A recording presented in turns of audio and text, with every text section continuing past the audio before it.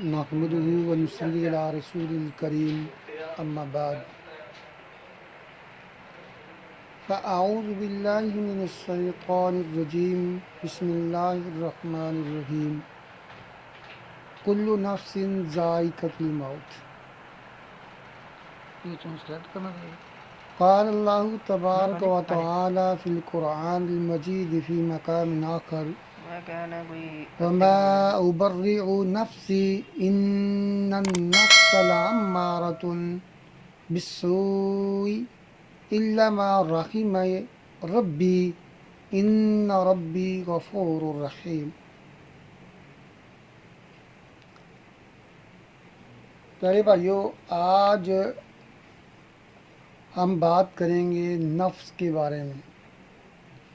پہلی آیت کریمہ جو میں نے تلاوت کی ہے اس میں لکھا گیا ہے کہ ہر جاندار چیز نے فنا ہونا ہے، اس کو موت آنی ہے، اس نے ختم ہو جانا ہے اس دنیا سے۔ تو نفس کا مطلب ہے کہ انسانی خواہشات کا منبع ہونا، مجموعہ ہونا۔ تو انسان کی اپنی بہت سی خواہشات ہیں، نفس ایک ہی ہے، جیسے آپ اور ہم ہیں۔ تو اس میں نفس کی اقسام بتائی گئی ہیں کہ بہتر نفس کون سا ہے۔ تو اللہ تبارک و تعالیٰ نے قرآن پاک میں قسمیں کھائی ہیں، وَلَا أُقْسِمُ بِالنَّفْسِ اللَّوَّامَةِ، ایک نفس لوامہ کی قسم کھائی ہے۔ تو دوسرے مقام پر اللہ تبارک و تعالیٰ نے فرمایا ہے سورۃ یوسف میں، جو میں نے پہلے آیت کریمہ تلاوت کی ہے، کہ حضرت یوسف علیہ السلام یہ الفاظ کہتے ہیں وَمَا أُبَرِّئُ نَفْسِي إِنَّ النَّفْسَ لَأَمَّارَةٌ بِالسُّوءِ، کہ میں اپنے نفس کی پاکیزگی بیان نہیں کرتا، کیونکہ نفس امارہ جو ہے وہ انسان کو برائیوں کی طرف ابھارتا ہے۔ نفس جو ہے وہ برائی کی طرف ابھارتا ہے۔ تو اس بات کو سمجھنے کے لیے ہم قرآن پاک کا ہی مطالعہ کرتے ہیں، سورۃ شمس میں جاتے ہیں۔ وَنَفْسٍ وَمَا سَوَّاهَا فَأَلْهَمَهَا فُجُورَهَا، اللہ نے بھی یہاں نفس کی قسم کھائی ہے کہ جس کو میں نے درست بنایا۔ دیکھیں انسان کو اللہ تبارک و تعالیٰ نے کیسا بہترین شاہکار جو ہے نا آپ کے سامنے۔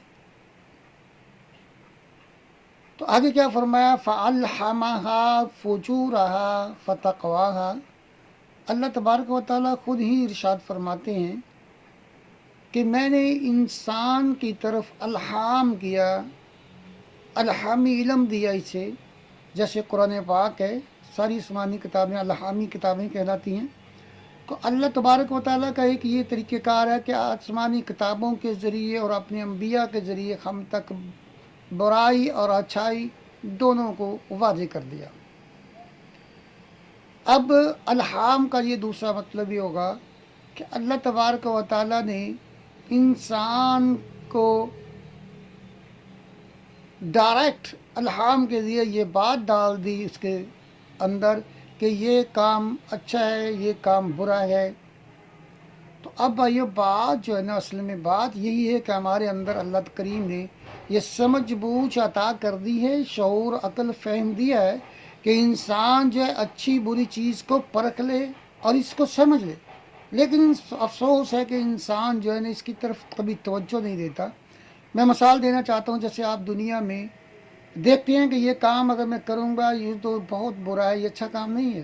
تو میں آپ کو ایک اور بات کی بات بتاتا ہوں، جب بھی انسان سے کوئی غلط کام سرزد ہونا ہوتا ہے تو اس کا دل جو ہے کھٹکتا ہے، اس کا ضمیر، میں تو کہتا ہوں جس کو نفس لوامہ کہا گیا ہے، وہ ضمیر ہے۔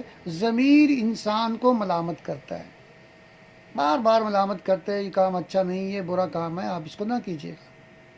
اور اگلی بات میں آپ کو یہ بھی بتا دوں کہ یہ نفس جو لوامہ ہے نا، یہ انسان کو نیکی نہ کرنے پر بھی ملامت کرتا ہے کہ آپ نیکی نہیں کرتے، نیکی کاموں میں حصہ نہیں لیتے.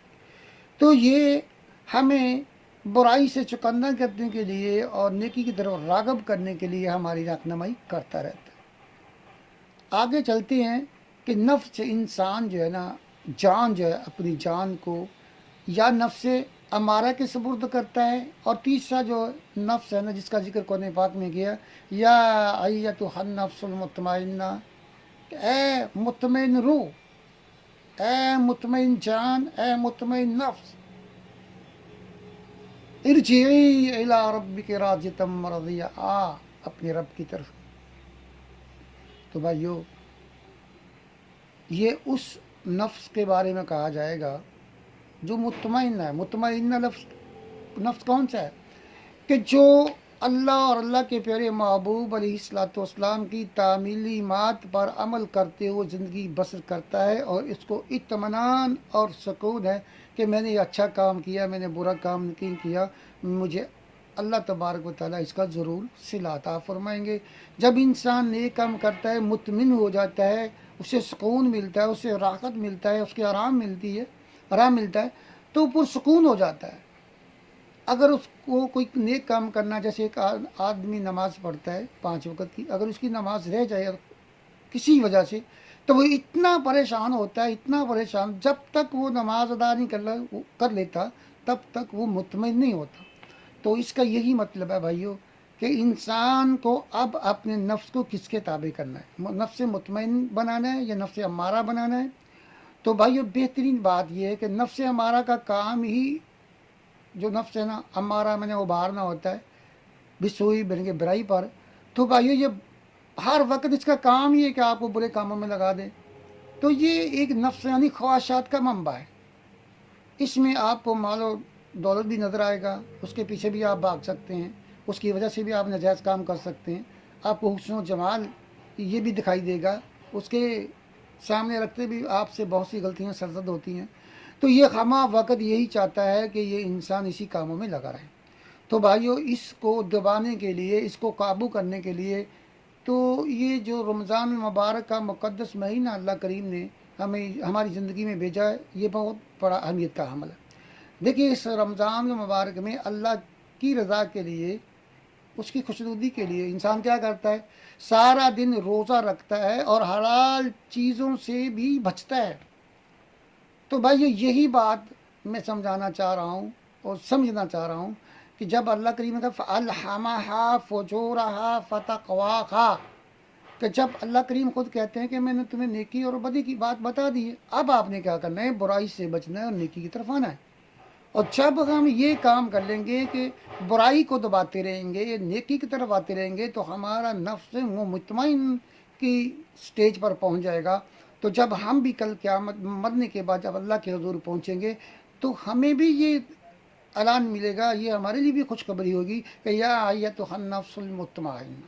تو بھائیو، اس کا مطلب ہے کہ ہمیں نفس امارہ کو، اس کی خواہشات کو ہمیشہ دبا کر ہی رکھنا چاہیے. جب تک یہ دبا رہے گا تو آپ اس سے بچے رہیں گے، آپ برائیوں سے بچے رہیں گے، نیکی کی طرف چلتے رہیں گے. اگر اس نے سر ابال لیا، اس کو آپ نے پروان چڑھا دیا، تو پھر یہ کیا ہوگا؟ یہ خود تو تباہ و برباد ہو جائے گا. آپ کو نفس امارہ اپنے قابو میں کر لے گا، پھر آپ بھی وہ نفس امارہ بنیں گے اور لوگوں کو بھی برائی کی دعوت دیں گے. آپ کو وہی باتیں اچھی لگیں گی جو آپ کو وہ حکم دیتا ہے. تو بھائیو،